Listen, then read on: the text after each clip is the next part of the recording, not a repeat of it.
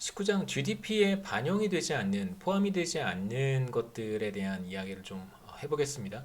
그래서 GDP 혹은 뭐 국민 계정이라고 하는 National Income Accounting은 사실 국가 경제의 어떤 전반적인 경제 활동의 상태를 측정할 수 있는 굉장히 좋은 지표임에는 틀림이 없습니다. 사실 GDP보다 더 좋은 지표는 제 생각에도 없는 것 같고요.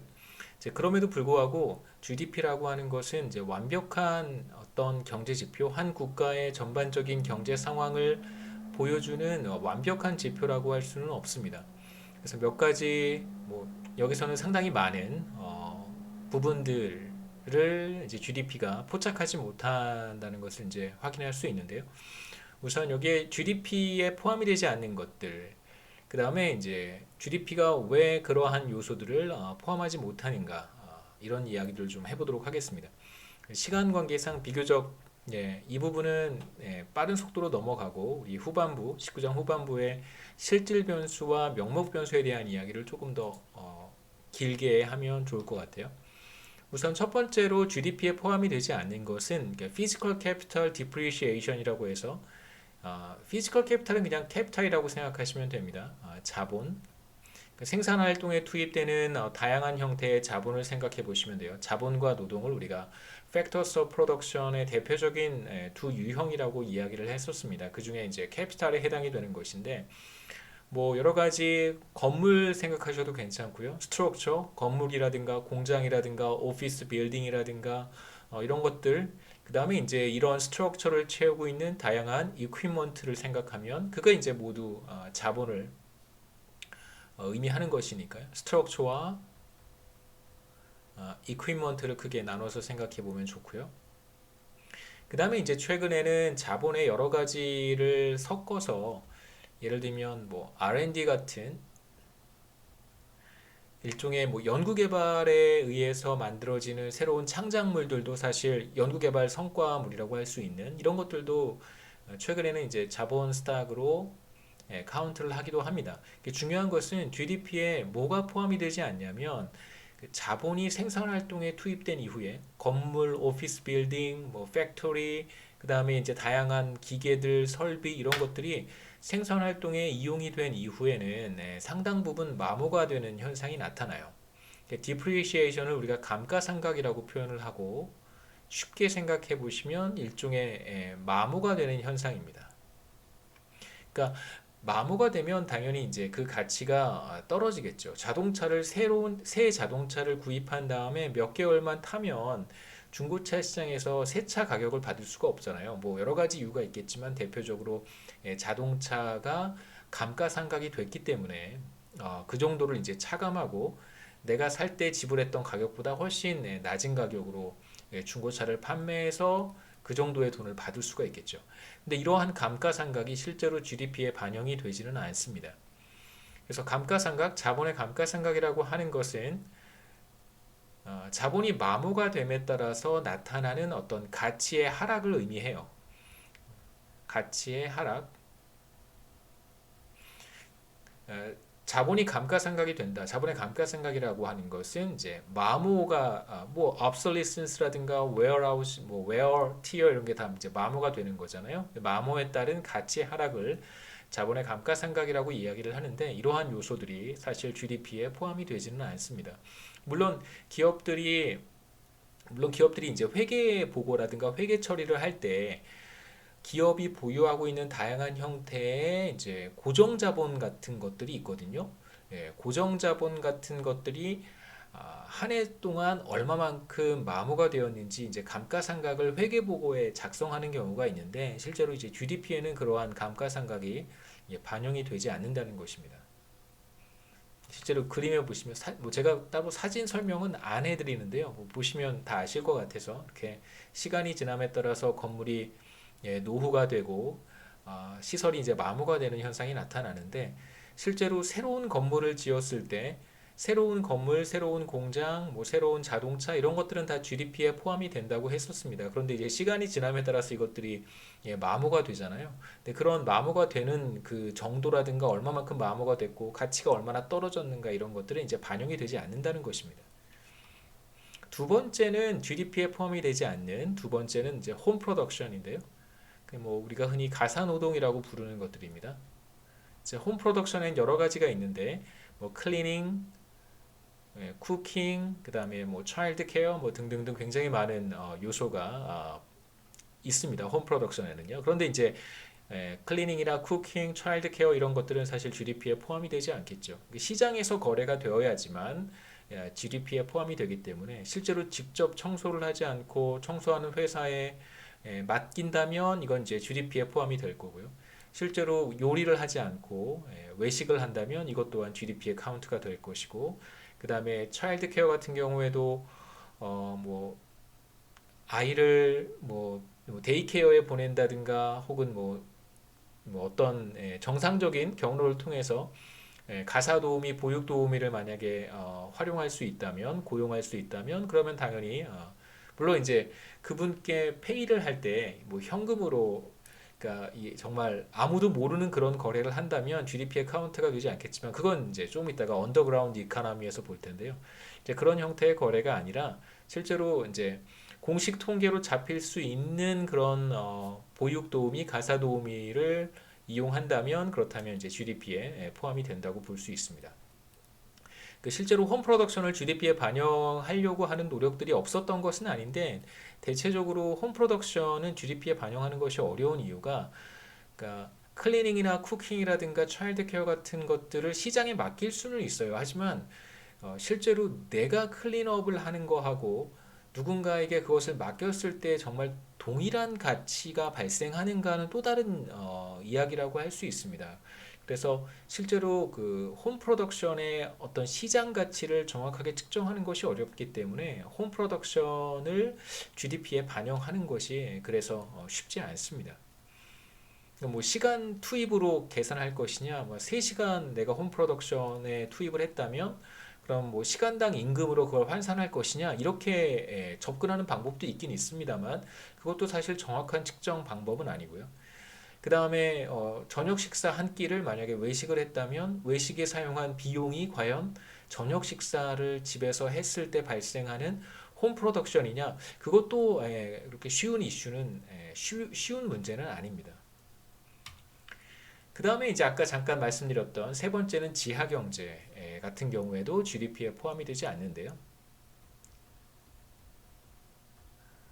언더그라운드 이카노미라고 이제 우리가 부르는 지하경제는 기본적으로 정부의 공식 통계를 피하기 위한 목적으로 이루어지는 다양한 거래이기 때문에, 보시면 언더그라운드 이카노미는 정부의 공식 통계를 피하기 위해서 이루어지는 다양한 거래라고 볼 수 있겠죠. 공식 통계에 잡히면 뭐 세금을 내야 한다든가 혹은 심지어는 합법적인 거래가 아닌 경우에는 그럼 당연히 이제 처벌도 받을 수 있기 때문에 정부의 공식 통계에 잡히지 않는 그런 다양한 거래들이 바로 지하경제라고 우리가 이야기할 수 있습니다. 뭐 가끔 뭐 집에 무슨 뭐 문제가 생겨서 뭐 하수구 문제나 화장실 문제나 뭐 부엌에 뭐 싱크대 문제라든가 이런 다양한 보일러 문제라든가 이런 문제 때문에 이제 외부의 기사님들을 불러서 수리를 맡길 때가 있는데, 만약 이 경우에 뭐 그냥 현금으로 거래가 이루어진다면 대부분의 경우 이제 지하 경제라고 할 수 있고요. 당연히 GDP에 카운트가 되지 않습니다. 뭐 택시 같은 경우도 가능하겠죠. 택시 요즘은 다 신용카드로 택시비를 결제를 하는데, 만일 이제 현금으로 거래를 한다면, 그리고 이제 택시 기사 분께서 만약에 택시 택시 수입, 택시 운영에 따른 수입을 정직하게 리포트하지 않게 되면 당연히 이제 그 부분도 언더그라운드 이코노미가 되는 것이고요. 그 다음에 뭐 일리걸 드럭 이런 것들은 합법적이지 않은 그런 다양한 형태의 약물을 거래하는 거래 행위도 다 이제 우리가 언더그라운드 이코노미에 포함이 된다고 할 수 있고, 실제 GDP에는 당연히 포착이 되지 않겠죠. 뭐 소득 수준이 비교적 높은 디벨롭드 컨트리에서는 당연히 뭐 그 지하 경제 혹은 뭐 GDP에 반영이 되지 않는 그런 언더그라운드 이코노미의 규모가 상대적으로 크지는 않습니다. 대체적으로 물론 이제 절대적으로 따져 본다면 소득 수준이 높은 국가에서 지하 경제 규모가 GDP의 10%쯤 되는데 뭐 한국 같은 경우에 GDP가 한 2천조쯤 되잖아요. 그럼 10%면 사실 200조란 말이에요. 그러니까 적은 규모로 봤을 때 사실 적은 규모는 아닙니다만 그 비중은 상대적으로 크지 않다고 볼 수 있고요. 반대로 이제 디벨로핑 컨트리 같은 경우에는 지하 경제의 규모가 상대적으로 크다고 볼 수 있습니다. 우리 교과서에 제가 찾아봤는데 멕시코 같은 경우에는 지하 경제 규모가 GDP의 한 절반 정도인 것으로 확인이 됩니다. 그러니까 50% 가량이니까요. 절반은 공식 통계에 포착이 되지 않고 나머지 절반만 포착이 된다 이렇게 볼 수 있겠죠. 그러니까 GDP에 포착이 되지 않기 때문에 사실 과세 세금을 징수하는 것도 쉬운 문제는 아닐 거예요. 세금 징수도 사실 쉽지 않겠죠. 그러니까 어떤 기업이 어떻게 경영 활동을 했는지를 절반만 확인할 수 있고 절반은 확인할 수 없단 말이에요. 그렇다면 사실 얼마만큼 과세할 수 있을까? 이것도 사실 쉬운 문제는 아닐 거고요.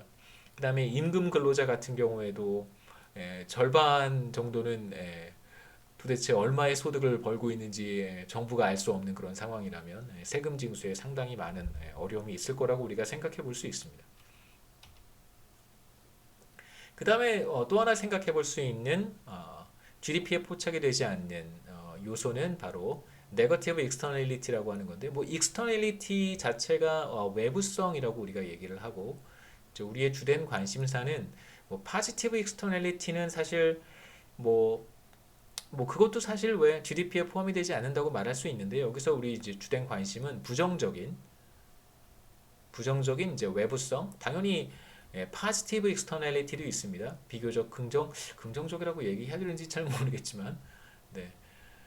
외부성이라고 하는 것은 실제로 거래에 참여하는 거래 당사자들 사이에서 일어나는 어떠한 문제가 거래에 참여하지 않은 제3자에게 영향을 미치는 경우를 우리가 외부성이라고 얘기를 해요. 그래서 A와 B가 어떠한 거래를 합니다. 뭐 어떤 거래든 상관없어요. 경제적인 거래를 트랜잭션을 하고 있는데 여기 옆에 서 있는 제3자에게 영향을 끼치는 경우가 있죠. 그 예를 들면 오염물질을 배출하는 것이 가장 대표적인 사례라고 할 수 있습니다. A가 기업이고요. B가 뭐 소비자라고 한번 해보죠. 그 제품을 소비하는 소비자예요. A는 뭐 다양한 유독가스, 미세먼지, 뭐 폐수, 오폐수 같은 것들을 막 배출하면서 제품을 아주 저렴하게 만들어서 B는 아주 행복하게 싼 가격으로 그러한 제품을 소비하고 있다고 한번 해보죠. 그런데 문제는 뭐냐면 B는 그렇게 생산된 제품을 비교적 싼 가격에 소비를 할 수 있어서 만족도가 높아지겠지만 그러한 제품을 어디서도 찾아볼 수 없다면 그런데 A는 그러한 제품을 생산하는 과정에서 상당히 많은 그 오염물질을 배출을 하고 있단 말이에요. 그러면 그 인근에 거주하고 있는 제3자 이 사람은 A의 공장에서 만드는 제품을 전혀 소비하지 않는다고 한번 생각해 볼 수 있습니다. 그러면 제3자는 상당히 많은 불이익을 어떤 불편함을 겪는 것이죠. 오폐수 문제, 그 다음에 나쁜 공기를 들여 마셔야 되고 혹은 뭐 발암 물질이 섞여 있는 그런 물질들을 흡입해야 되는 그런 문제가 생길 수 있습니다. 뭐 이렇게 생각해 보시면 되죠. A가 차이나고요.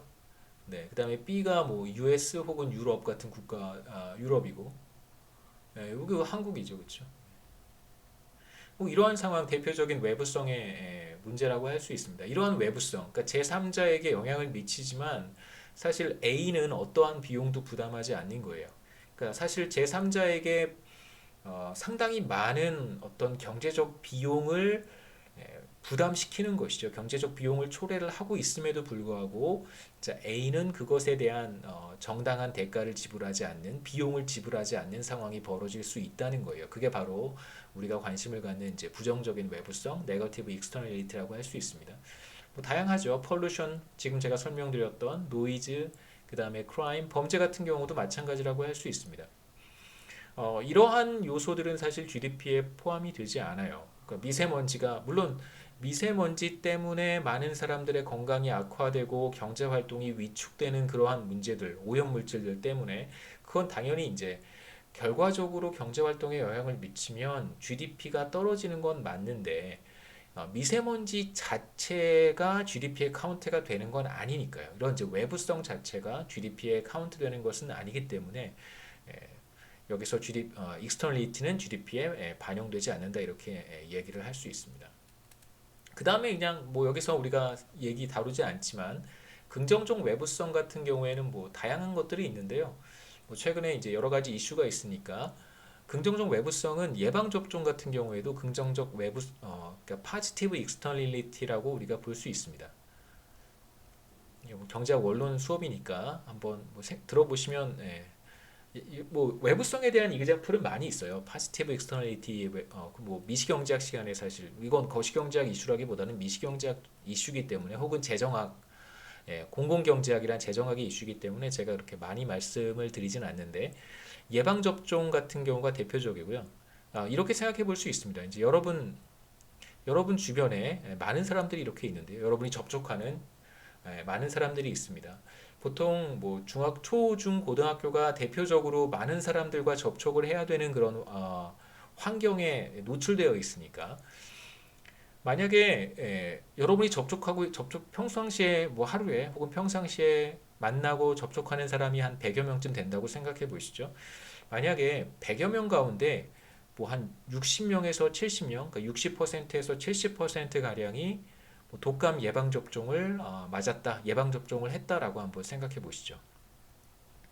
그러면 여러분이 독감 예방 접종을 하지 않았다고 하더라도 여러분이 접촉하는 다수의 사람들, 그러니까 60에서 70%가 만약에 독감 예방 접종을 했다면 여러분이 예방 접종을 하지 않았음에도 불구하고 독감에 걸릴 확률은 현저히 떨어져요. 이건 뭐 알려진 사실입니다.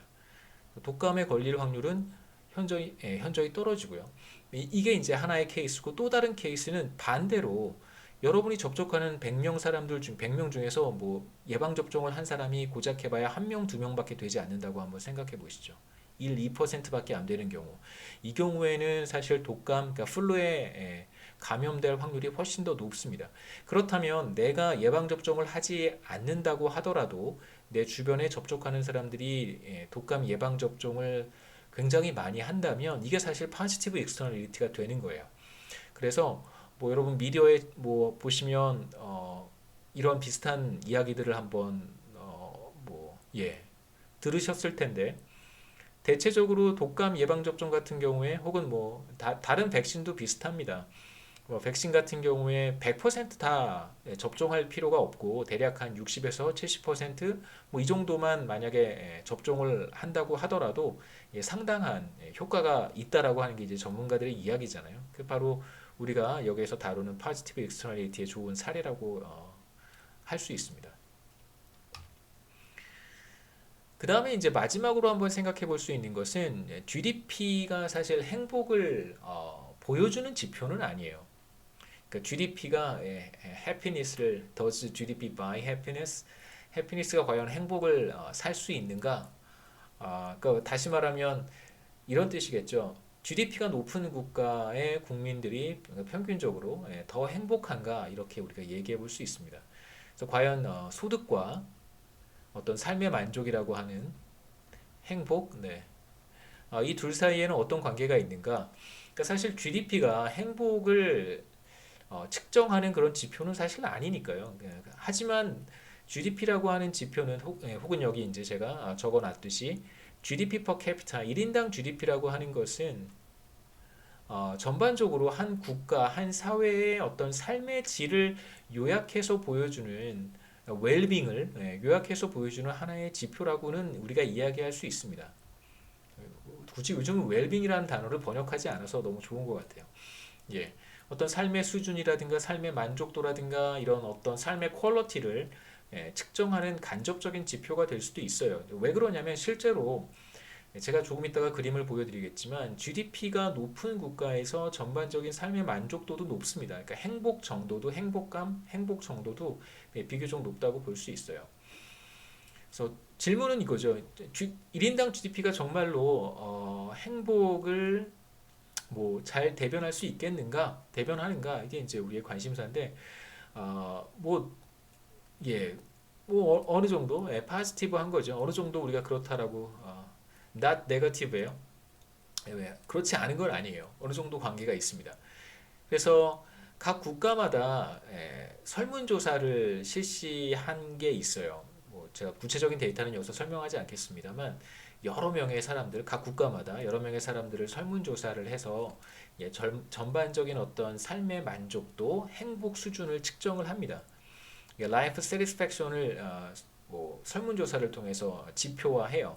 그래서 전반적으로 삶에 만족하십니까? 이런 질문을 여러 국가 다수의 사람들 설문조사를 통해서 이제 점수를 매기는 거죠. 각자 자기 점수를 매기는 건데 국가별로 이제 평균을 한번 해보는 거예요. 그런데 이제 재미있는 사실은 1인당 소득 수준이 높은 국가에서 대체적으로 삶의 만족도도 높다는 거예요. 그러니까 쉽게 말씀드리면 잘 사는 국가에 사는 사람들이 전반적으로 삶에 만족하십니까? 라고 물어보면 대체로 굉장히 높은 점수를 주관적으로 부여한다는 것이죠.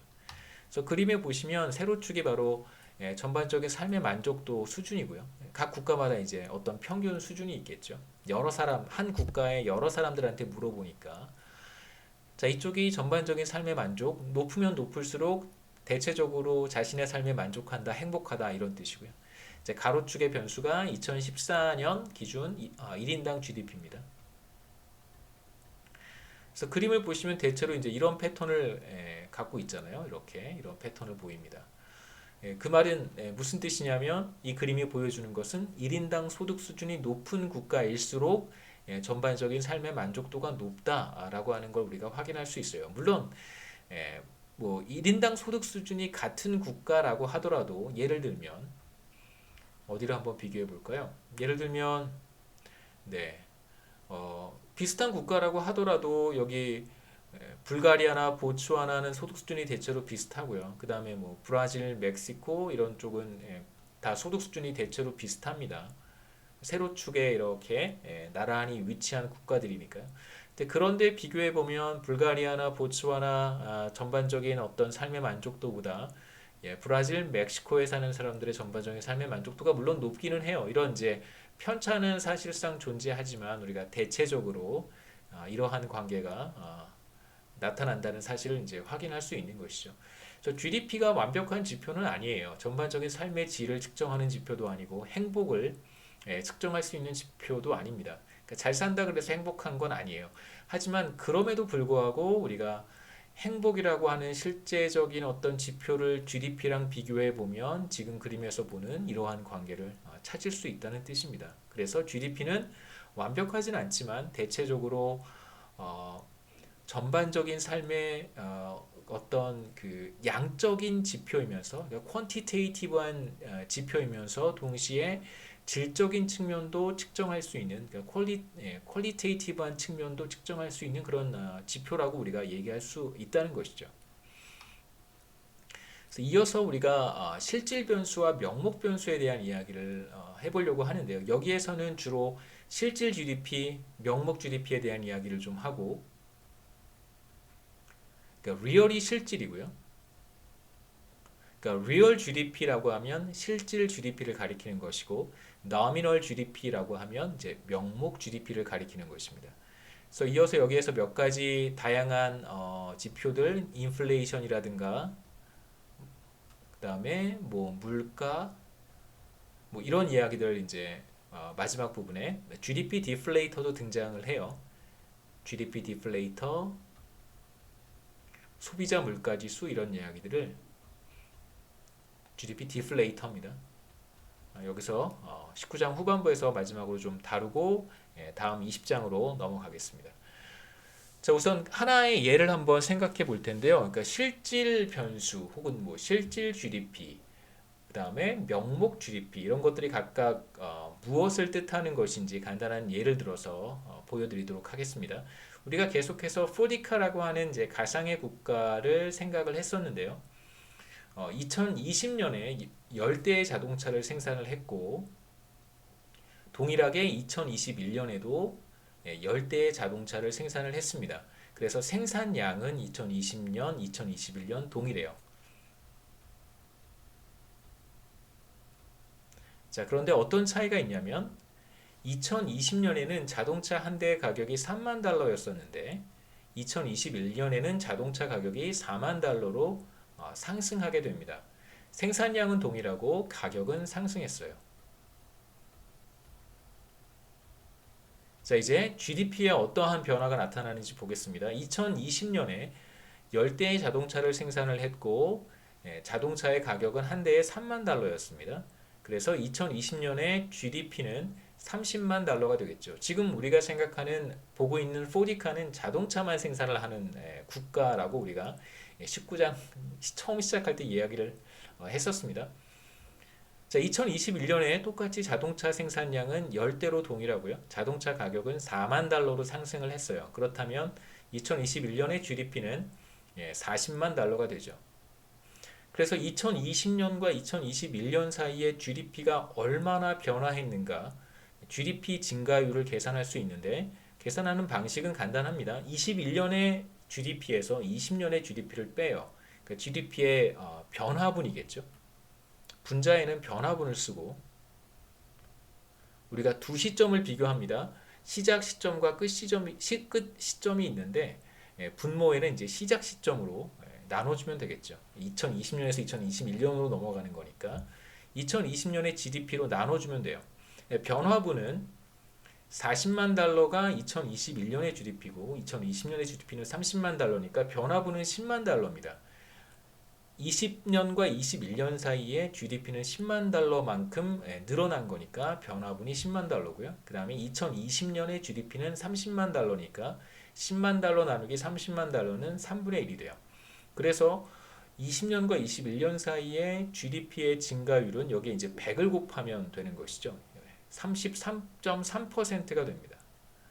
자, 그런데 우리가 여기서 생각해 봐야 되는 것은 생산량은 동일하고 가격만 상승했는데 GDP가 늘어났어요. 그러면 이제 이러한 GDP는 우리가 어떻게 해석해야 되는가?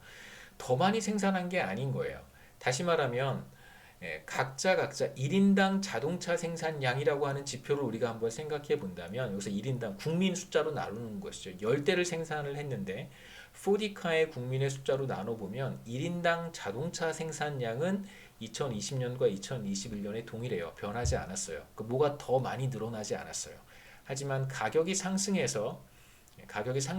때문에 이제 GDP가 늘어난 것이죠. 33.3%만큼. 실제로 자동차의 생산 대수가 늘어난 것은 아닙니다. 전혀 늘어나지 않았어요. 여전히 10대고요.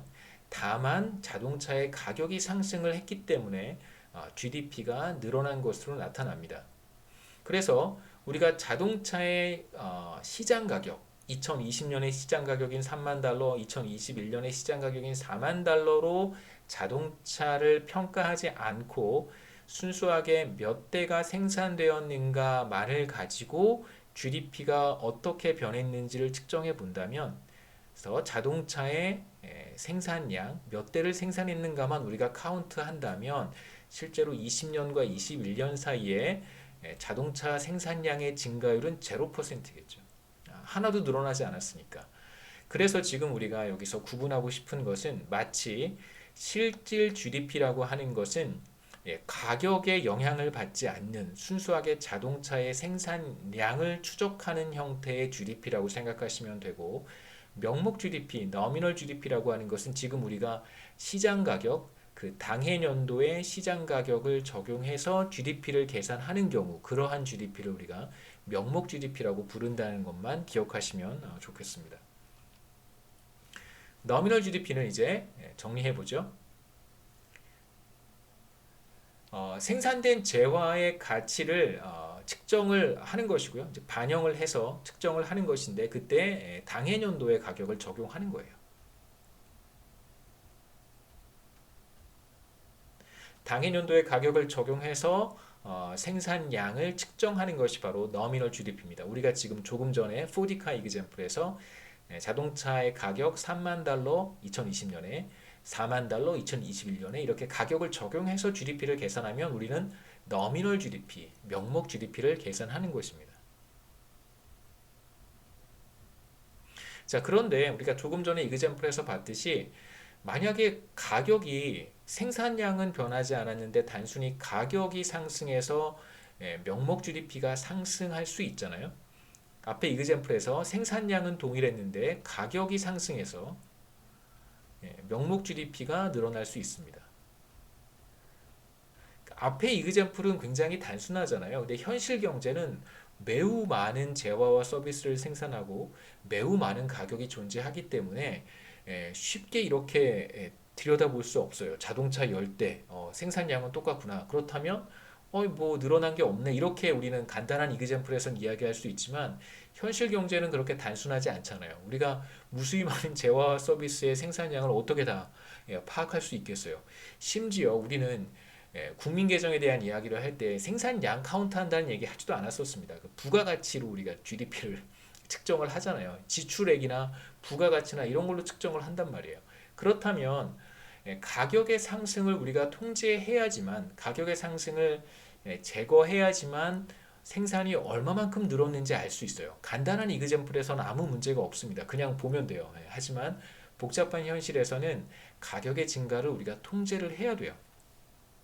얼마만큼 명목 GDP가 늘어났습니다. 과연 얼마만큼이 가격의 상승에서 왔고 얼마만큼이 실제로 생산량이 늘어난 것인가를 우리가 분해하고 싶다는 뜻입니다.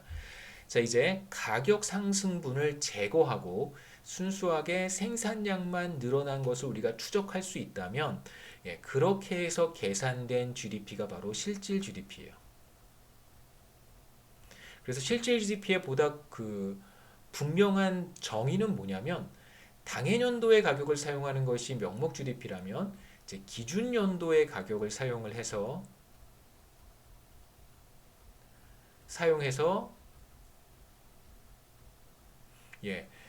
우리가 지금 2020년의 GDP를 계산하고 싶다면 기준연도가 어떤 연도인지는 정해져 있어요. 그건 뭐 제가 나중에 말씀드리겠습니다. 그게 2015년 가격일 수도 있습니다. 특정 시점의 가격을 기준연도의 가격이라고 해요. 기준연도의 가격을 사용을 해서 우리가 지금 2020년에 리얼 실질 GDP를 계산하고 싶다면 2020년에 재화와 서비스 생산에 적용하는 것이죠. 자, 이렇게 해서 도출한 GDP가 바로 실질 GDP입니다. 여기서 중요한 것은 제가 붉은색으로 표시했듯이 바로 기준 연도의 가격을 사용하는 거예요. 기준 연도 가격 사용. 베이스 이어가 바로 기준 연도란 뜻입니다. 구체적으로 너미널 GDP와 리얼 GDP를 어떻게 계산하는지는 이그젬플을 보시면 훨씬 더 쉽게 이해할 수 있을 거예요. 자, 보시죠. 자, 우리가 2020년과 2021년 사이에 포디카라고 하는 경제의 GDP를 비교하고 있었습니다.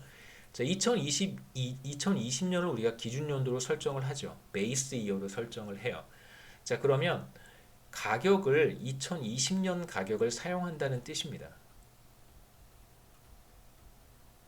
자, 지금 20년과 21년의 GDP를 비교하고 싶은데 20년과 21년 사이에 가격의 변화가 있었어요.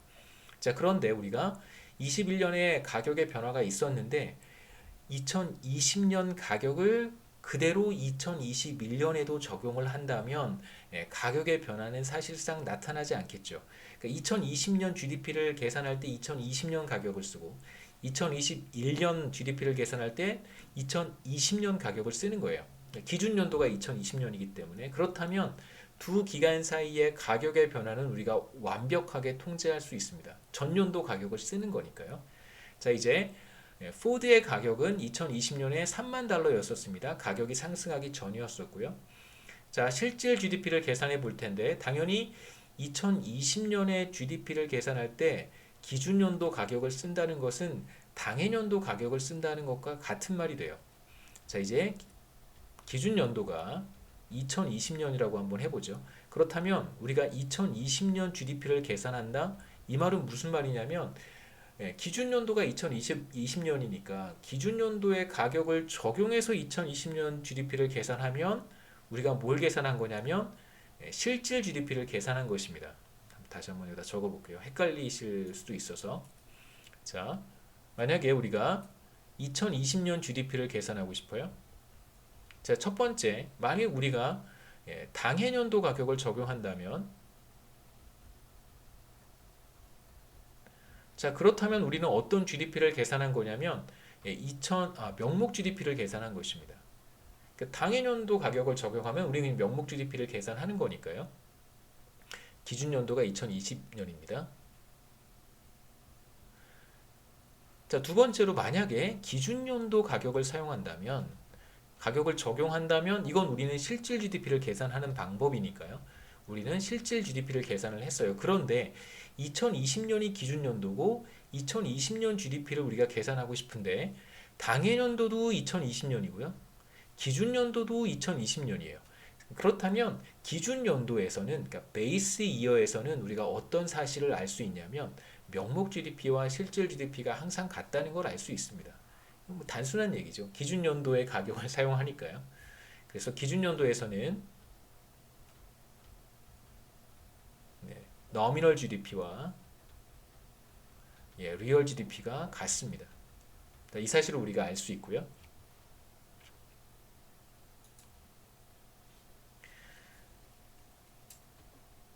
조금 지우겠습니다. 자, 이제 2020년이 기준연도니까 2020년 GDP를 계산할 때도 2020년 기준연도 가격을 쓰고요. 2021년 GDP를 계산할 때에도 2021년 가격을 쓰는 것이 아니라 기준연도가 2020년이니까 2020년 가격을 사용을 하는 거예요. 그러면 우리는 2020년의 실질 GDP 계산할 수 있고 2021년의 실질 GDP도 계산할 수 있습니다. 자, 실질 GDP가 2020년에 당연히 30만 달러겠죠. 당연히 10대를 생산을 했고 20년 기준연도 가격 3만 달러를 적용했으니까 10 곱하기 3만 달러를 했으니까 30만 달러고요. 그 다음에 2021년에도 생산량은 10대로 똑같았었어요. 자동차 생산량은 변하지 않았습니다. 그런데 이제 어떤 가격을 적용하냐면 기준연도 가격인 2020년 가격 3만 달러를 적용하니까 2021년에 실질 GDP가 30만 달러가 되는 거예요. 아까도 말씀드렸듯이 기준연도에 2020년이 기준연도인데 기준연도에서는 리얼 GDP가 너미널 GDP와 같아집니다. 당해년도 가격을 써서 GDP를 측정하나 기준연도 가격을 적용해서 GDP를 측정하나 바로 기준연도에서는 두 값이 동일해져야 되는 것이죠. 자, 그래서 리얼 GDP를 계산해 봤더니 20년과 21년에 동일합니다. 왜냐하면 우리가 기준연도의 가격을 두 시점에 모두 적용했기 때문에 가격의 변화분은 완벽하게 통제한 거예요. 가격 변화는 더 이상 나타나지 않습니다. 그런데 공교롭게도 두 기간 사이에 자동차 생산량은 10대로 일정했기 때문에 결국 리얼 GDP, 실질 GDP는 전혀 늘어나지 않은 것으로 나타나겠죠. 그래서 실제로 경제 성장은 없었습니다. 여기서 경제 성장이라고 하는 것은 우리가 실질 GDP의 컨셉으로 얼마나 실질 GDP가 늘어났는가를 의미하는 거예요. 그러니까 명목 GDP가 늘어났다고 해서 이걸 우리가 경제 성장이 나타났다 이렇게 이야기하지 않습니다. 그러니까 장기적인 관점에서의 경제 성장은 사실상 실질 GDP가 얼마나 늘어났는가를 의미하는 거예요. 자, 이번에는 이그젬플을 조금 확장을 해서 자동차 하나 갖고만 이야기하면 재미가 없으니까요. 자동차를 하나 더, 모델을 하나 더 늘려보겠습니다. 쉐보레죠. 쉐비 자동차와 이제 포드 두 가지를 생각해 보겠습니다.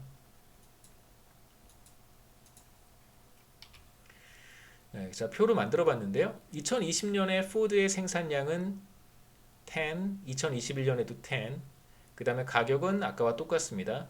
3만 달러, 4만 달러. 가격이 이제 상승한 경우고요.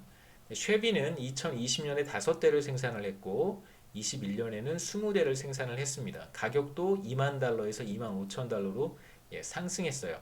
자, 먼저 너미널 GDP를 계산을 해볼 텐데 너미널 GDP는 자, 우리 두 시점을 보고 있습니다. 2020년과 21년 두 시점을 보고 있으니까 당해년도 생산 곱하기 당해년도 가격을 하면 너미널 GDP를 계산할 수 있어요. 그래서 2020년의 너미널 GDP는 포드 10대 한 대에 3만 달러, 그 다음에 쉐비 5대 한 대에 2만 달러 해서 계산을 하면 모두 40만 달러가 됩니다. 이렇게 계산하는 것이죠. 10 곱하기 3만, 5 곱하기 2만에서 더하면 그래서 더하면 40만 달러가 됩니다. 이렇게 해서 2020년에 nominal GDP를 계산할 수 있고요. 명목 GDP입니다. 우리가 기준 연도에 대한 이야기는 전혀 하지 않았었으니까요. 명목 GDP가 되고 2021년의 명목 GDP도 같은 방식으로 계산할 수 있어요. 10 times 4만, 20 times 25,000 이렇게 하면 더하면 되겠죠. 이쪽이 40만 달러가 되고요. 그 다음에 이쪽은 50만 달러가 되겠죠. 그래서 모두 맞나요? 25,000, 5만, 50만, 90만 달러가 됩니다. 그래서 2021년의 명목 GDP는 당연히 90만 달러가 되겠죠. 그래서 명목 GDP가 4만 달러에서 9만 달러로 2배 이상 늘어나요. 그런데 우리가 이렇게 표를 들여다보면 자동차 생산도 늘어났고 자동차의 가격도 상승했습니다. 그래서 두 가지 요소가 다 복합적으로 작용을 했기 때문에 명목 GDP가 상승한 것으로 나타났다라고 얘기할 수 있겠죠. 이제 우리의 관심사는 가격은 변하지 않았다고 했을 때 생산량의 증가에 의해서 과연 GDP가 얼마나 늘어났을까를 계산해 보는 것이 사실 우리의 관심사예요. 이제 그렇게 하기 위해서는 아까 말씀드렸듯이 기준 연도를 설정을 하고 기준 연도의 가격을 기준 연도가 아닌 다른 시점에도 적용을 하면 실질 GDP를 계산할 수 있습니다. 자, 이제 실질 GDP를 계산해 볼 텐데요. 우리가 기준 연도를 2020년으로 잡아 보겠습니다. 보통 기준 연도는 이제 5의 배수로 잡아요. 지금 여러분 한국은행이라든가 통계청 이런 곳에 데이터를 한번 들여다보시면 기준 연도가 지금은 대체로 2015년으로 되어 있습니다. 그래서 보통 5의 배수가 되는 해를 기준 연도로 설정을 하고요. 그 다음에 이제 2000 지금 20년이니까 21년, 22년, 한 23년에서 24년쯤 되면 한 3, 4년 뒤가 되면 기준 연도를 이제 조정을 해요. 그때쯤 되면 이제 기준 연도가 2020년으로 바뀔 거예요.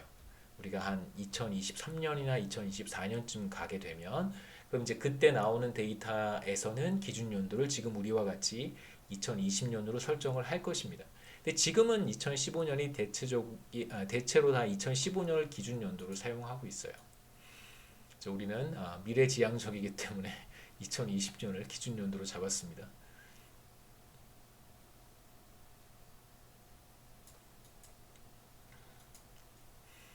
자, 2020년 기준 연도로 잡았어요. 그러면 뭐 어떤 작업부터 하시면 편하냐면 2021년의 가격은 보지도 않는 거예요. 우린 이 가격을 사용하지 않을 거예요. 왜냐하면 기준 연도의 가격을 2020년의 생산량에도 적용을 하고 21년의 생산량에도 적용을 할 거예요. 그렇기 때문에 21년의 가격은 사실 우리한테 아무런 필요가 없습니다. 먼저 2020년의 실질 GDP를 계산해 보면 어느 시점이든 중요하지 않고요. 무조건 기준 연도의 가격 3만 달러, 그 다음에 기준 연도의 가격 2만 달러가 적용이 된다라고만 생각하시면 좋겠습니다. 그래서 20년에 10대를 생산했고요. 그 다음에 20년에 쉐비를 5대를 생산을 했어요. 자, 그렇다면 실질 GDP는 20년에 실질 GDP는 40만 달러가 됩니다. 자, 그런데 비교해 보시면 2020년에 명목 GDP도 40만 달러였고 2020년에 실질 GDP도 40만 달러예요. 왜 그럴까요? 그건 당연히 기준 연도이기 때문에 그래요. 2020년이 기준 연도이기 때문에 당해년도 가격을 사용해서 명목 GDP를 계산을 했을 때 40만 달러가 나와야 되고 그 다음에 2020년 기준 연도를 사용해서 2020년의 GDP를 계산을 하면 실질 GDP를 계산을 해보면 당연히 40만 달러가 나와야 됩니다. 기준 연도가 바로 당해 연도와 같기 때문에 그런 것이죠. 그래서 기준 연도에서는 항상 명목 GDP와 실질 GDP가 같아요. 이건 우연의 일치가 아니라 당연히 그런 것입니다. 자, 이제 21년에 실질 GDP를 계산하는 것이 이게 사실 우리의 관심사입니다. 21년의 실질 GDP. 자, 21년의 생산량이고요. 어떤 가격을 적용하냐면 20년 가격을 적용하는 거야. 이게 바로 기준 연도이기 때문에. 그 다음에 21년의 생산량 쉐비 20대, 그 다음에 2020년 가격, 기준연도 가격입니다. 2만 달러를 적용을 해요. 그래서 계산을 해보면 모두 70만 달러가 됩니다. 그래서 2020년에 리얼 GDP는 40만 달러, 21년에 리얼 GDP는 70만 달러. 그래서 리얼 GDP는 40에서 70만 달러로 늘어난 거죠. 명목 GDP는 40에서 90만 달러로, 리얼 GDP는 40에서 70만 달러로, 그 차이만큼이 너미널 GDP가 더 많이 늘어났잖아요. 더 많이 늘어난 것만큼이 바로 가격 상승분이다라고 우리가 이야기할 수 있겠죠. 그래서 실제로 생산량이 얼마만큼 늘어났느냐? 40만 달러에서 70만 달러만큼 늘어났다라고 우리가 이야기할 수 있습니다. 그래서 실질 GDP의 증가율, 2020년과 2021년 사이에 실질 GDP의 증가율을 계산해 볼 수 있는데, 편의상 뭐 2021년에 실질 GDP의 증가율이라고 해도 괜찮습니다.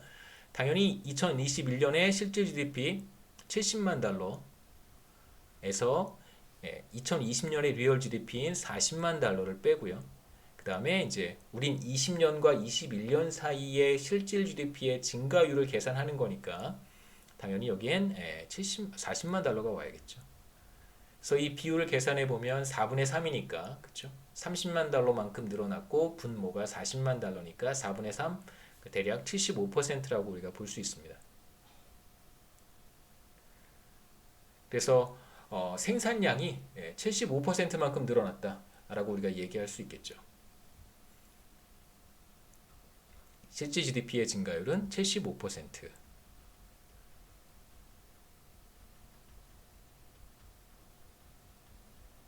이렇게 이야기할 수 있습니다. 뭐 곱하기 100 해서 75% 되는 거예요. 여기에 곱하기 100 하면 이제 퍼센트로 우리가 얘기할 수 있겠죠. 자, 그 다음에 이제 가격 변수에 대한 이야기인데, 가격 혹은 이제 미시경제학에서는 어떤 시장이 있을 때 그 시장에서 결정이 되는 가격, 자동차 시장이 있습니다. 그러면 뭐 포드 자동차 시장이 있을 때 자동차의 수요와 공급에 의해서 어떤 가격이 결정이 될 텐데, 뭐 이제 그 가격을 우리가 이야기하는 것이 아니고요. 거시경제학에서는 가격이라고 하는 것이 특정 재화의 가격을 가리키는 것이 아니라 이건 경제 전체의 물가 수준을 가리키는 표현입니다. 그래서 거시경제학에서 프라이스는 그냥 물가라고 번역하시면 돼요. 프라이스 레벨 하면 이제 물가 수준 혹은 뭐 그냥 물가라고 해도 괜찮습니다. 여기서의 프라이스는 대체적으로 거시경제학에서 프라이스는 이렇게 써요. The price level이라고 불러요. 전반적인 물가 수준을 가리키는 것입니다.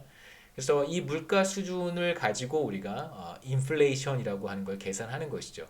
그래서 물가 상승률을 계산을 하면 그게 바로 인플레이션율이 되는 것입니다. 그래서 첫 번째 우리 가격 변수는 GDP 디플레이터라고 하는 것이 있는데, 여기에서는 크게 두 가지 가격 변수, 물가 수준을 측정하는 가격 변수라는 뜻입니다. 사실은 GDP 디플레이터보다는 소비자 물가 지수라고 하는 지표를 더 많이 쓰는데요. 여기서 간단하게 GDP 디플레이터를 설명을 하고 두 가지 물가 수준을 측정하는 나타내는 거시경제 전반, 경제 전체에 이렇게 한번 써보겠습니다. 경제 전체의 어떤 물가 수준을 측정하는 지표라고 생각하시면 되고요. 첫 번째가 지금 우리가 보려고 하는 GDP 디플레이터고요. 그냥 GDP 디플레이터라고 불러도 괜찮습니다. 그 다음에 두 번째는 소비자 물가지수. 물론 다른 물가지수도 있어요. 생산자 물가지수도 있고, 뭐 수입 물가지수도 있고, 뭐 몇 가지가 있는데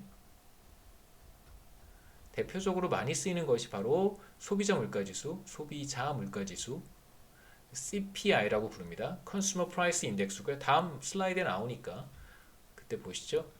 우선 여기에서는 GDP 디플레이터부터 볼 텐데, GDP 디플레이터는 굉장히 간단해요. 개념이 그냥 명목 GDP 나누기 실질 GDP 한 다음에 곱하기 100 하면 됩니다. 명목 GDP 나누기 실질 GDP 곱하기 100 하면 이게 바로 예, GDP 디플레이터라고 할 수 있어요. 그러니까 조금 더 직관적으로 설명을 하면 그 GDP 디플레이터가 뭐냐라고 했을 때 간단하게만 말씀을 드리면 국가 경제 내에서 생산되는 재화와 서비스의 그냥 어떤 전반적인 가격이에요. 그러니까 한 해 동안 대한민국이 생산한 재화와 서비스가 무수히 많겠죠. 이제 그걸 하나의 가격으로 나타내면 얼마나 될까? 그러니까 이게 사실 절대적인 수준 자체가 의미가 있는 건 아니에요. 전혀 의미는 없습니다. 그래서 이거를 우리가 지수화해서 인덱스로 바꿔가지고 인덱스로 바꿀 거예요. 지수화한다고 해요. 지수화해서 작년보다 올해 얼마만큼 더 비싸졌는지, 더 올랐는지, 그 다음에 내년엔 또 어떻게 될 것인지 이렇게 상대적인 비교를 하기 위해서 만들어낸 지표입니다. 그래서 다시 한번 보시면 예, 매년 한 국가 대한민국에서 생산된 재화와 서비스의 가격이 어떻게 변화해 가는지 얼마나 상승했는지를 보여주는 지표라고 볼 수 있습니다. 상대적인 측면에서 의미가 있지 절대적으로 GDP 디플레이터가 뭐 120이다. 그 120이 뭐 어떤 의미가 있겠어요? 별 의미가 없습니다. 자, 다시 한번 보시죠. GDP 디플레이터는 명목 GDP와 실질 GDP의 비율인데 제가 아까 뭐라고 말씀드렸냐면 기준 연도에서는 명목 GDP와 실질 GDP가 항상 같아야 된다고 말씀드렸어요. 그 당연한 겁니다. 기준 연도를 적용을 해서 계산하는 게 리얼 GDP인데 당해 연도가 기준 연도가 딱 되면 당연히 너미널 GDP는 리얼 GDP와 같아져야 돼요. 그렇다면 우리가 얻을 수 있는 첫 번째 결론은 기준 연도에서는 너미널 GDP와 리얼 GDP가 같을 테니까 분자와 분모가 같으니까 기준 연도의 GDP 디플레이터는 반드시 100이 됩니다. 곱해서 100을 곱해야 되니까요. 자, 그래서 기준 연도보다 그 다음 해에 그쵸? 기준 연도가 2020년이라면 다음 해인 21년엔 GDP 디플레이터가 100에서 얼마만큼 오를 것인가? 만약에 100에서 120만큼 올랐다라고 하면 전반적인 물가 수준이 20% 상승했다라고 말할 수 있겠죠. 100에서 120으로 올라가면 20% 상승한 거니까요. 이런 식으로 비교를 하기 위한 목적으로 GDP 디플레이터를 사용하는 것이 좋습니다. 절대적으로 120 자체가 의미가 있는 건 아니에요. 그래서 2020년의 너미널 GDP를 우리가 뭐라고 이제 또 해석할 수 있냐면 뭐 당해년도 가격으로 평가한 재화와 서비스의 가치라고 우리가 앞서 이야기를 했는데 이번에는 마치 이것을 물가 수준을 측정하는 지표라고 우리가 지금 해석을 하고 있는 거잖아요. 그렇기 때문에 이번에는 너미널 GDP라고 하는 것을 뭐라고 해석하냐면 예, 대한민국에서 생산된 재화와 서비스를 구입하기 위해 드는 총 비용이라고 우리가 생각해 볼 수도 있겠죠. 한 해 동안 우리가 생산된 재화와 서비스의 당해년도 가치가 명목 GDP인데 이제 이건 생산된 것을 평가했을 때 관점에서 보는 것이고 만약에 우리가 한 해 동안 생산된 재화와 서비스를 다 구입한다 라고 생각해 본다면 뭐 그럴 일은 전혀 없겠지만 만약 그렇게 생각해 본다면 그럴 때 발생하는 총 비용이라고 볼 수도 있겠죠. 그래서 당해년도 가격을 지불해서 2020년 명목 GDP입니다. 그러면 당연히 당해년도인 2020년 가격을 지불해서 구입할 때 발생하는 총 비용이고요. 코스트고요. 그 다음에 이제 2020년의 리얼 GDP라고 하는 것은 이제 조금 달라집니다. 이건 애초에 2020년 리얼 GDP라고 하는 것은 기준 연도를 가지고 2020년에 생산된 재화와 서비스를 평가한 거란 말이에요. 자, 그렇다면 이걸 이제 우리가 비용 관점에서 해석해 본다면 이건 이제 당해년도 가격으로 구입할 때겠죠. 가격을 내고 구입할 때 발생하는 총 비용이고 2020년의 리얼 GDP는 뭐냐면 기준 연도 가격을 내고 가격을 지불하고 구입할 때 발생하는 총 비용이겠죠. 이렇게 우리가 마치 꼭 GDP를 우리가 구매하는 재화의 어떤 바스켓이라고 생각해 보는 거예요. 그 GDP는 한 국가 내에서 생산된 일정 기간 동안 한 국가 내에서 생산된 재화와 서비스의 시장 가치인데 마치 꼭 재화와 서비스를 뭐 쇼핑 카트에 마트에 가서 이제 우리 쇼핑 카트에 다 담아서 생각해 보자는 뜻입니다. 자, 왜냐하면 이거 나중에 우리 소비자 물가 지수랑 한번 비교해 보고 싶어서 그래요. 이런 쇼핑 카트에 이렇게 이런 쇼핑 카트에 이런 GDP를 다 담았고요. Nominal GDP in 2020는 이제 2020 가격을 사용을 했을 때 우리가 부담하는 비용이라고 생각하시고 Real GDP in 2020는 뭐냐면 기준연도 가격을 내고 이 카트에 든 바스켓을 우리가 구입할 때 드는 비용이다라고 우리가 생각해 보자는 거죠. 그런데 지금 2020년이 기준연도라면 당연히 이 둘의 총 비용은 같을 거예요. 자, 이제 GDP 디플레이터를 한번 앞서 봤던 자동차 두 유형의 자동차를 생산하는 포디카의 이그젬플에 GDP 디플레이터를 한번 이그젬플에서 GDP 디플레이터를 계산하는 방법을 보겠습니다. 2020년의 GDP 디플레이터는 2020년 명목 GDP를 2020년 리얼 GDP로 나누면 되는데 아까도 말씀드렸지만 이 둘의 값은 같아요. 그러니까 2020년 가격을 지불을 하고 카트에 들어있는 재화와 서비스를 카트에 들어있는 물건들을 구입할 때 드는 총 비용이나 기준연도 가격을 지불하고 카트에 든 물건들을 구입할 때 드는 비용이나 사실 똑같잖아요. 왜냐하면 기준연도가 2020니까요. 그렇기 때문에 이것과 이것은 다 약분이 돼서 남는 건 100이 됩니다. 말씀드렸듯이 기준연도의 GDP 디플레이터는 당연히 100이 되어야 돼요. 왜냐하면 기준연도에서는 nominal GDP와 real GDP가 같기 때문입니다. 그래서 이제 2021년으로 넘어오죠. 2021년의 real GDP는 똑같습니다. 21년의 nominal GDP와 2021년의 real GDP의 비율에다가 그냥 곱하기 100을 하는 거예요. 다시 한번 생각해 보시죠. nominal GDP 2021은 그 21은 뭐냐면 21의 가격을 지불을 하고 카트에 들어있는 물건을 사는 거고요. 그 다음에 Real GDP 21은 카트에 들어있는 물건을 기준 연도인 2020년의 가격을 내고 사는 거예요. 그러면 작년도 예를 들면 지금이 21년이고 작년이 기준 연도라고 한번 해보죠. 그러면 작년 가격을 내고 똑같은 카트 물건을 사는 거하고 지금 가격을 내고 똑같은 카트 물건을 사는 거하고 그 비율을 계산해 보면 그게 바로 GDP 디플레이터가 된다는 것입니다. 자, 그래서 한번 해보죠. 당연히 이제 2021년의 명목 GDP는 우리가 알고 있습니다. 이게 바로 명목 GDP죠. 90만 달러고요. 그 다음에 분모에 해당하는 것이 2021년의 리얼 GDP예요. 그러니까 70만 달러가 되겠죠. 이게 70만 달러예요. 분자가 90만 달러고 분모가 70만 달러입니다. 자, 그런데 여기서 보시면 제가 붉은색으로 표시를 한 이유는 가격의 변화를 여러분 트랙해 보시라고 붉은색으로 표시를 했고 그 다음에 푸른색으로 표시한 것은 생산량의 변화를 한번 보시라는 거예요.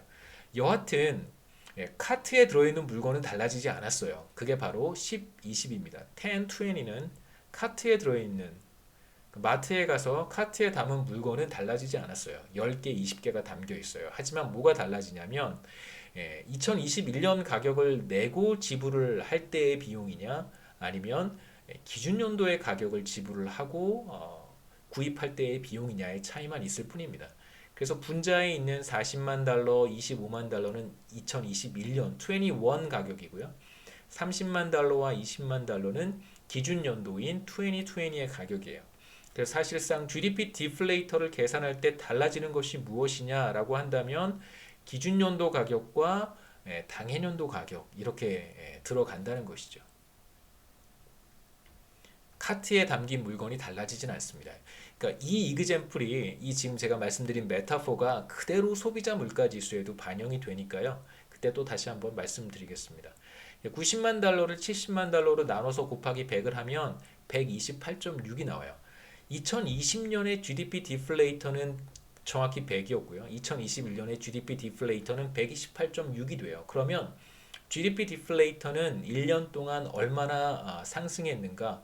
28.6% 상승했다라고 우리가 얘기할 수 있겠죠. 그래서 여기서 보시면 제가 간단하게 정리를 했으니까 앞서 말씀드렸던 내용을 제가 간단하게 정리를 한 것입니다. 카트 안에 있는 물건은 달라지지 않았고요. 21년의 가격 21 프라이스고 이게 바로 베이스 이어 프라이스예요.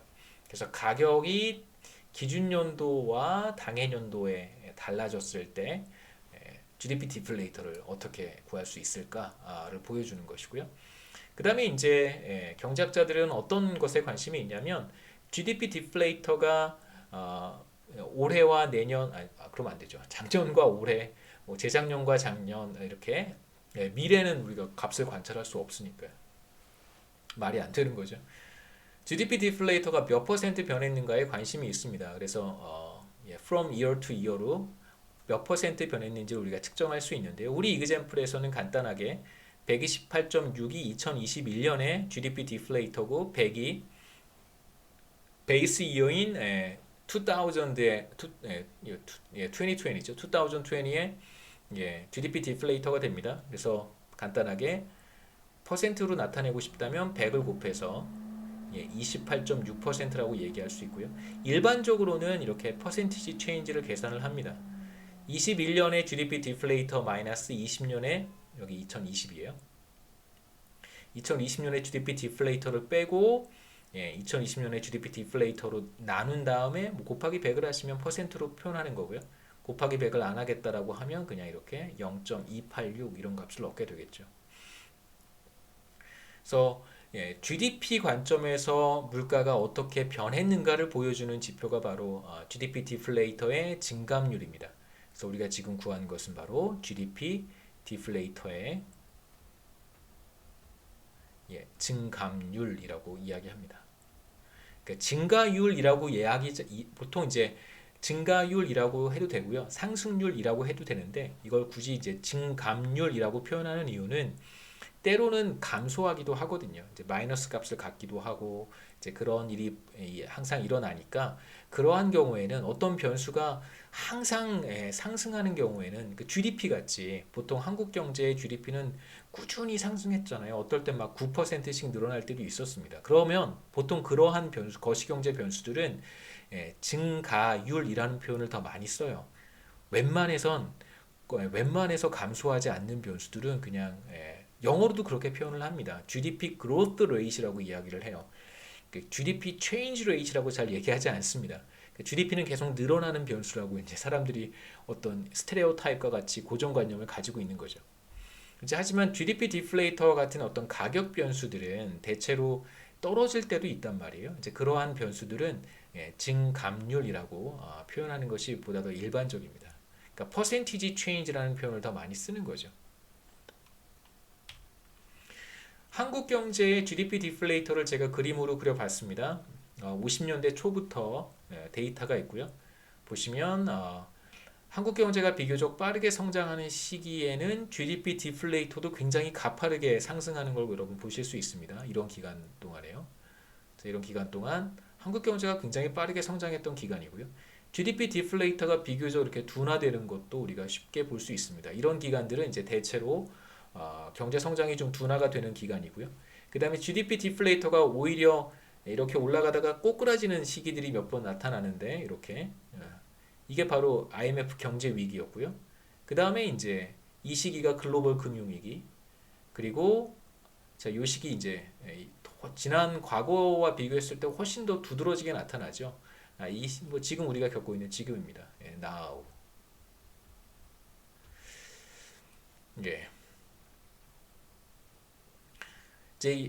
이게 이제 우리가 지금 두 가지 물가 지표 중에서 첫 번째 살펴본 GDP 디플레이터고요. 두 번째는 이제 보다 보편적으로 사용하는 물가 지수인 소비자 물가 지수, Consumer Price Index, 줄여서 CPI라고 부릅니다. 이제 CPI를 보도록 하겠습니다. 소비자 물가 지수는 어떻게 계산을 하냐면 기본적으로 아이디어는 동일해요. 다만 앞서 우리가 GDP 디플레이터를 계산할 때 마트에 가서 카트에 물건을 담는다고 했는데 그 카트에 들어가는 물건들이 이제 달라지는 것이죠. 지금 GDP 디플레이터 같은 경우에는 카트에 어떤 물건들이 들어가냐면 한 국가 내에서 생산된 재화와 서비스가 다 들어가요. 그게 이제 GDP의 컨셉이기 때문에 그렇습니다. 데피니션이 그렇기 때문에 한 국가 내에서 생산된 재화와 서비스가 다 들어가죠. 미사일도 들어가고요. 우리가 핵 잠수함을 만들진 않겠지만 만약에 만든다면 핵 잠수함도 들어가고 그 다음에 요즘 뭐 전 뉴스를 의도적으로 잘 보지 않습니다. 뉴스를 잘 안 보는데요. 여기 뭐 원자력 발전소 들어가죠, 그렇죠? 예, 원자력 발전소. 왜 원전은 왜 그렇게 됐는지 참 잘 돌아가는 거를 왜 그렇게 빨리 셧다운하고 싶었는지 잘 모르겠습니다만 원자력 발전소도 들어가고요. 여기 다 들어가요. 자, 그런데 우리가 컨슈머 프라이스 인덱스라고 하는 것을 계산을 할 때에는 기본적으로 컨슈머 관점에서 생각을 해야 됩니다. 한 국가를 대표하는 어떤 대표적인 소비자가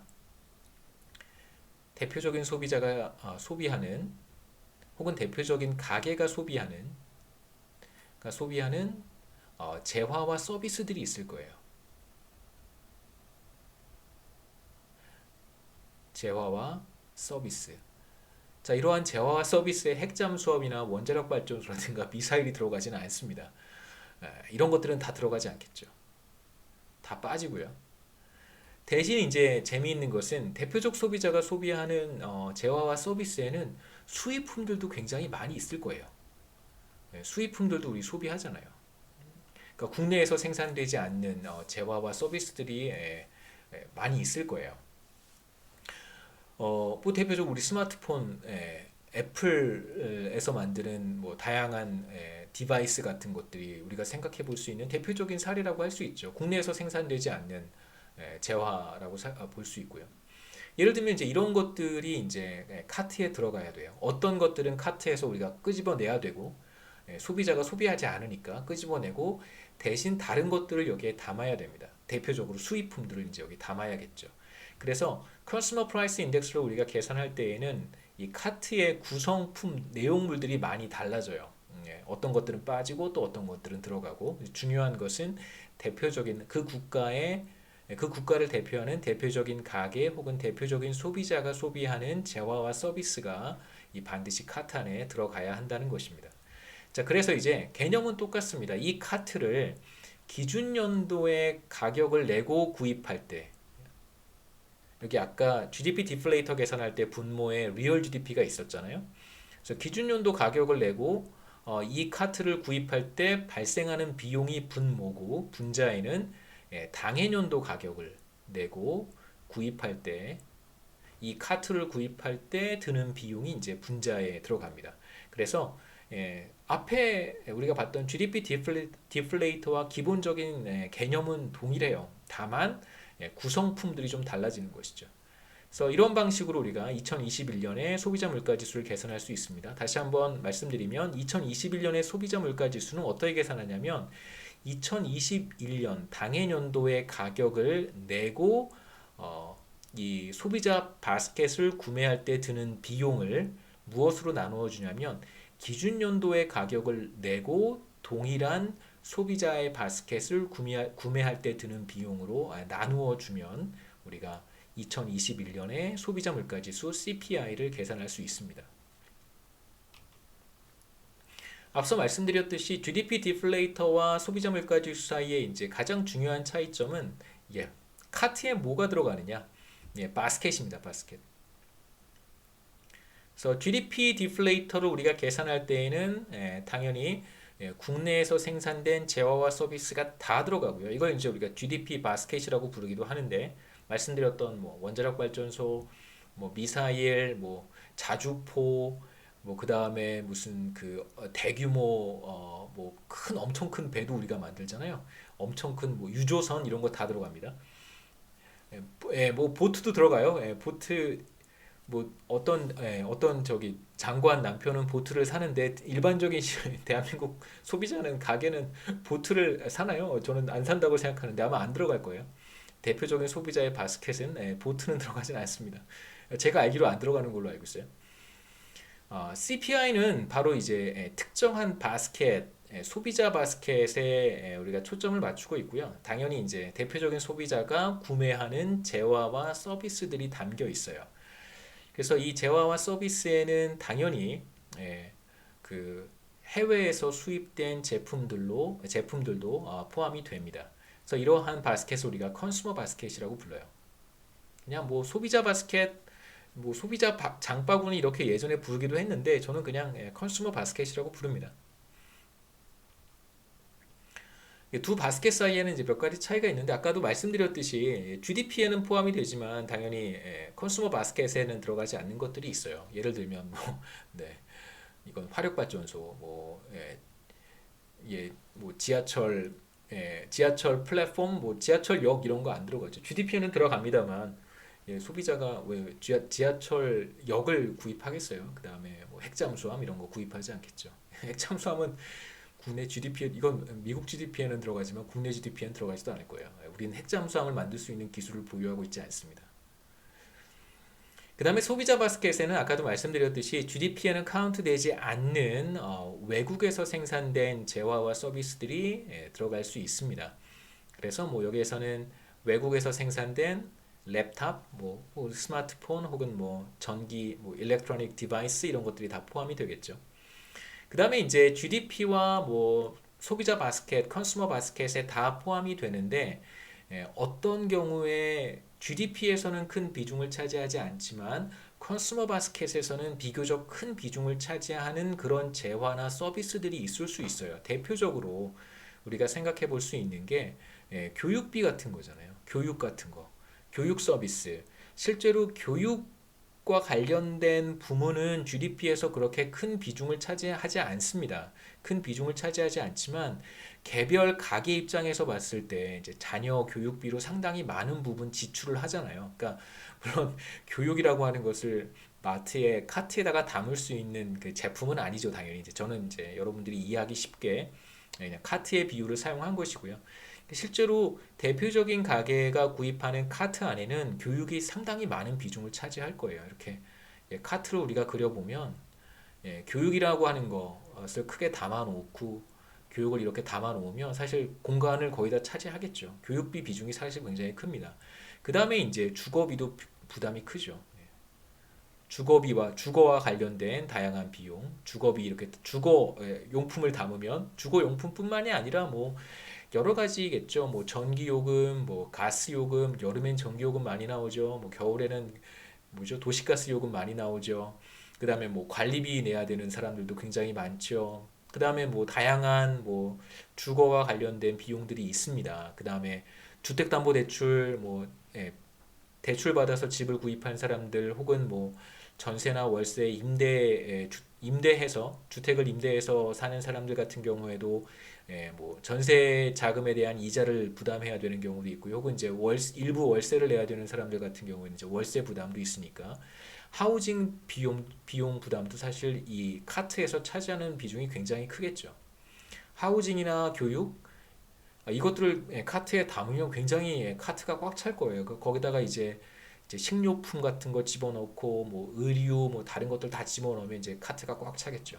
그러니까 전체 카트에서 교육이라든가 하우징이 차지하는 비중이 굉장히 크단 말이에요. 그러니까 컨슈머 바스켓에서는 이 두 가지 품목이 재화와 서비스가 굉장히 큰 비중을 차지하지만 GDP 관점에서 보면 하우징과 관련된 거와 에듀케이션 관련된 것이 사실 국가 GDP에 뭐 그렇게 큰 비중을 차지하겠어요. 여러분 미디어 접해 보시면 한국 경제가 좋을 때 나쁠 때 뭐 이런 데 이렇게 쓱 들여다 보시면 뭐 반도체가 어째서 뭐 조선업이 어째서 뭐 이런 얘기 나오잖아요. 뭐 수출이 잘 돼서.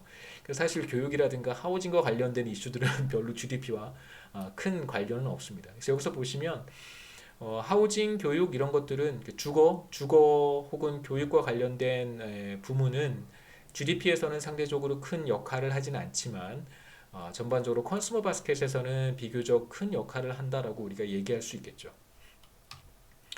그 다음에 이제 인플레이션에 대한 이야기를 하겠습니다. 인플레이션은 말 그대로 인플레이션은 물가가 그러니까 지속적으로 어떤 상승하는 뭐 이렇게 생각하시면 돼요. 그러니까 지속적인 물가 상승, 물가가 지속적으로 상승하는 현상, 그걸 그냥 우리가 인플레이션이라고 부르는 거고요. 그럼 이제 물가가 몇 퍼센트 상승했는가? 우리 물가 상승률이라고 이야기를 하잖아요. 그러니까 물가 상승률을 우리가 인플레이션 레이트라고 얘기를 합니다. 시간이 다 돼서 우선 여긴 이제 오늘은 여기까지 하고요. 인플레이션 부분은 이제 다음 시간에 이어서 하고 바로 다음 챕터 20장으로 함께 들어가도록 하겠습니다.